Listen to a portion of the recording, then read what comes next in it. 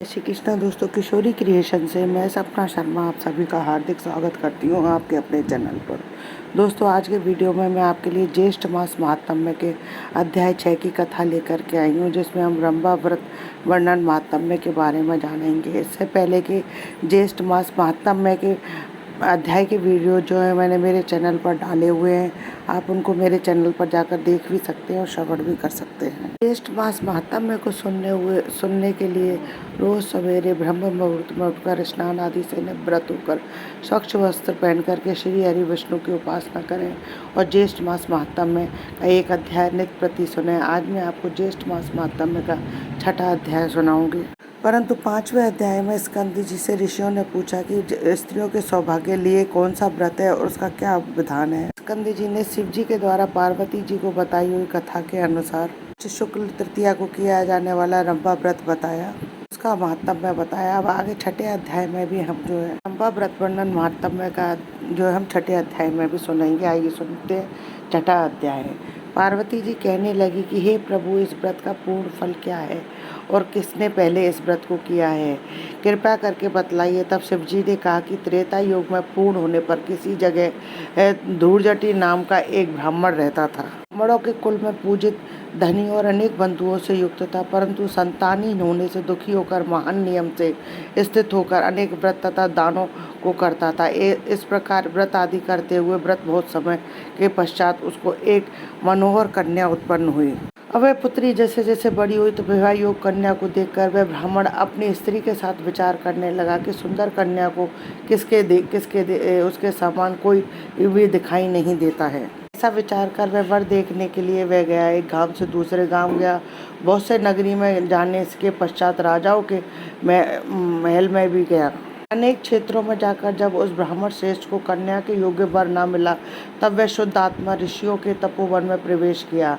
फिर वह कौशिक ऋषि के आश्रम में एक श्रेष्ठ ब्राह्मण को देखा। उसका नाम शिव शर्मा था और उसके माता पिता नहीं थे। उसका दूसरा प्रसिद्ध नाम रूप राशि था। समस्त भूमंडल में उसके जैसा रूपवान कोई नहीं था। इसी कारण से ऋषियों ने उसका नाम रूप राशि रख दिया था। धूर्जटी ने उन ऋषियों के पास जाकर अपना आशय प्रकट किया। उनके द्वारा विवाह प्रस्ताव का अनुमोदन करने पर शिव शर्मा को साथ लेकर हर्ष से प्रफुल्लित होकर नगर को आया और समस्त बहुजन को एकत्रित करके कन्या का विवाह शिव शर्मा के साथ कर दिया। माता पिता तो थे नहीं, तो पास ही में रहने के लिए उसको घर दिया, गोधन अनेक प्रकार के भेंट दिए तथा दूसरे ब्राह्मणों को भी बहुत सी दक्षिणा दी।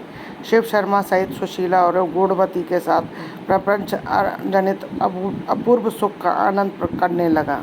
इसके बहुत समय पश्चात काल से प्रेरित वह शिव शर्मा ब्राह्मण समुदाय के निमित्त वन को गया और उस वन में एक वृक्ष की छाया में जाकर बैठ गया। उसी समय शिव शर्मा को एक अजगर आकर निगल गया और किसी ने इस कार्य को नहीं देखा। सूर्य देव भी अस्त हो गए थे। सूर्य अस्त होने के पश्चात सास ससुर और स्त्री ने सेवकों को साथ लेकर मशाल जलाकर वन में समस्त स्थानों को देख लिया। सारी रात खोज होती रही तथा आज सूर्य उदय होने पर भी जब शिव शर्मा नहीं मिला तो वे निराश और दुखी होकर अपने घर चले गए। पतिव्रता गुणवती अपने पिता के घर में शोकाकुल होकर रहने लगी और नित्य देवता के पूजन में रत रहती थी। तरीके से कई दिन बीत गए। देव योग से वहां पर नारद जी आ गए। गुणवती ने विधिवत नारद जी का पूजन किया और बारंबार उनको प्रणाम करने लगी। उसकी प्रसन्नता नारद जी ने गुणवती को व्रत का उपदेश दिया। नारद जी कहने लगे कि हे भद्रे, तुम ज्येष्ठ मास में पवित्र रंभा व्रत को करो, विधान भक्ति स्वरूप देव का पूजन करो। हे अनघे, अन्य मन से जीवन पर्यंत इस व्रत को करो। और तुम नारद जी बोले, हे ब्राह्मण, नारद जी बोले कि तुम इस व्रत के प्रभाव से विष्णु भगवान को पति रूप में पाकर स्थायी पद को प्राप्त होगी। इस प्रकार नारद जी के उपदेश से वन वासिनी गुणवती ने कदली वन लगाया। जी के कथानुसार समस्त कर्म को किया और इस प्रकार बहुत समय बीत जाने पर वृद्धावस्था को प्राप्त हुई और उसी वन में मृत्यु होने पर विमान में बैठकर स्वर्ग को गई। जन्मांतर में उस व्रत की पुण्य राशि से भगवान विष्णु की वल्लभा तुलसी हुई, तो विष्णु भगवान को तुलसी से अधिक और कोई वस्तु प्रिय नहीं है। ब्राह्मणों इसी व्रत को श्री शिव जी की आज्ञा से पार्वती जी ने किया और इसी व्रत के प्रभाव से पार्वती जी शिव जी को अति प्रिय हुई। स्कंजी ने से ज्येष्ठ मास के श्रेष्ठ महात्म्य को सुनकर प्रसन्न होकर ब्रह्म ऋषियों ने पुष्पों की माला तथा भूषणों से श्री स्कंजी का पूजन किया। और जो स्कंजी पार्वती जी के आनंद कंद और 6 मुखों वाले मुख को धारण करने वाले हैं। श्री ज्येष्ठ मास महात्म्य रंभा व्रत वर्णन महत्व षष्ठम अध्याय संपूर्णम। दोस्तों, यदि आपको मेरा ये वीडियो पसंद आए तो प्लीज़ मेरे वीडियो को ज़्यादा से ज़्यादा लाइक और शेयर कीजिए। यदि आपने अभी तक मेरे चैनल को सब्सक्राइब नहीं किया है तो उसे सब्सक्राइब करना ना भूलें। पास ही में बेल आइकन को दबाएं जिससे मेरे आने वाले हर नए वीडियो का नोटिफिकेशन आपको मिल जाए। जय श्री कृष्ण दोस्तों।